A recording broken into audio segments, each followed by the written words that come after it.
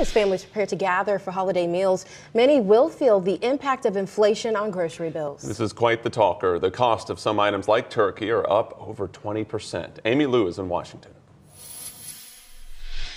Well, Destiny and Patrick, depending on how many people you plan on having around your holiday dinner table this year, you may consider eating out instead, especially with restaurant prices now rising more slowly than grocery prices.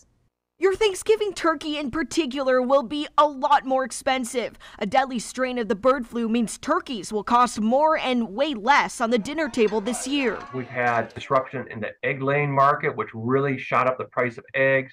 A dry, hot summer in some of the markets, so less butter availability, butter prices are high. Everything from eggs and butter to potatoes and cranberries are all seeing record price increases.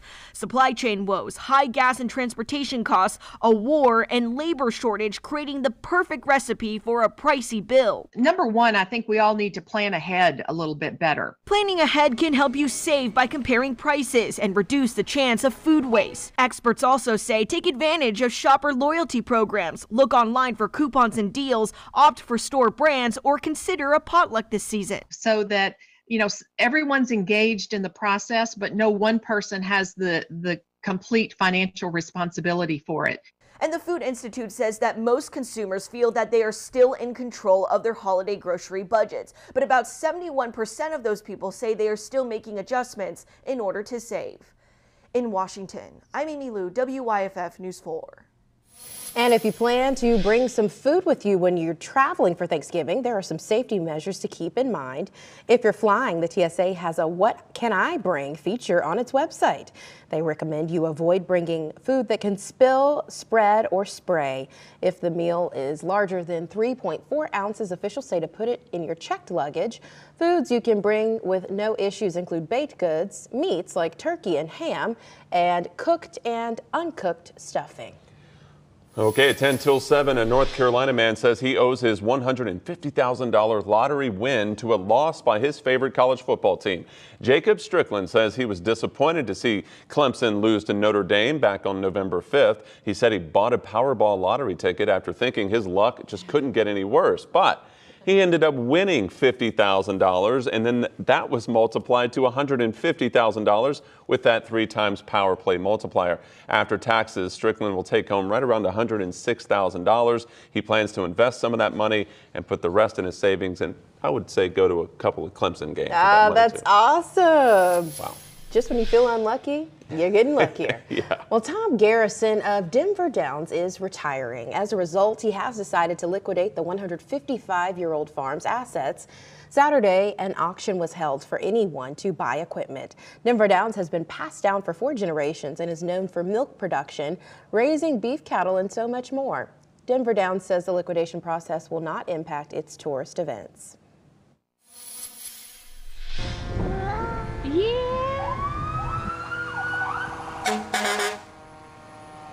If it's only 2 things that makes a 2-year-old light up, it's always been the sights and sounds of a fire truck.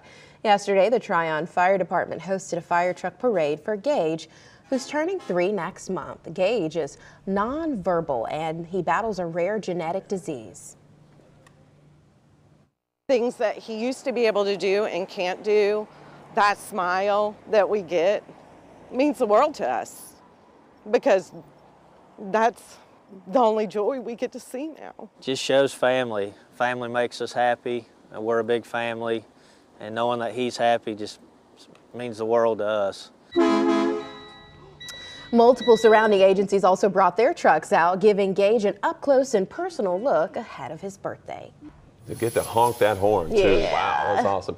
The 2022 Capitol Christmas tree reached its final destination Friday in Washington, D.C. The tree, a 78-foot tall red spruce named Ruby, was harvested from Pisgah National Forest in western North Carolina. A beautiful spot. The tree is set to be decorated with ornaments and tree skirts handmade by North Carolinians.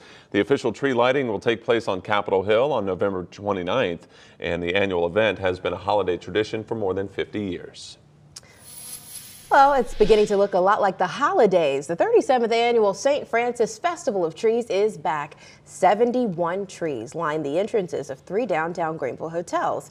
You can check them out at the Hyatt Regency on North Main at the Courtyard Marriott and the Embassy Suites at River Place.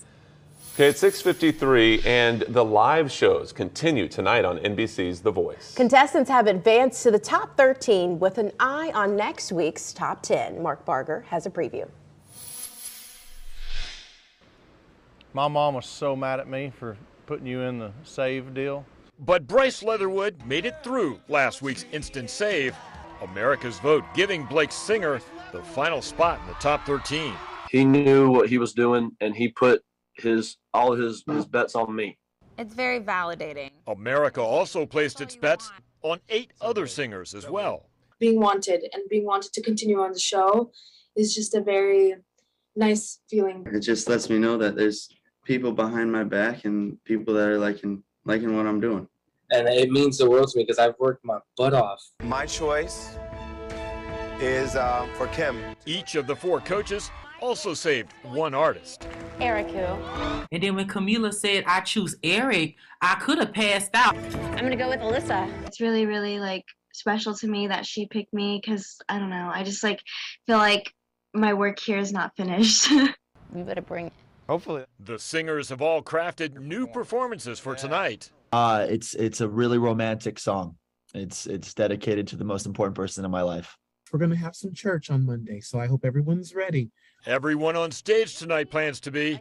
They've now got a week of live show experience. I think it'll allow me to be more calm going into it. I think I'll still have nerves. I always still have nerves, no matter what. Nerves they'll have to overcome for one of the spots in next week's top 10. Mark Barger, NBC News. And you heard Eric who saying he almost passed out when Camila said that he made it. Eric who, by the way, he's from Orangeburg and he's going to be in the live shows. Yeah, he got saved last week and now he continues on. And The Voice airs tonight at 8 o'clock right here on WYFF4. Tomorrow night's results show is also at 8 o'clock.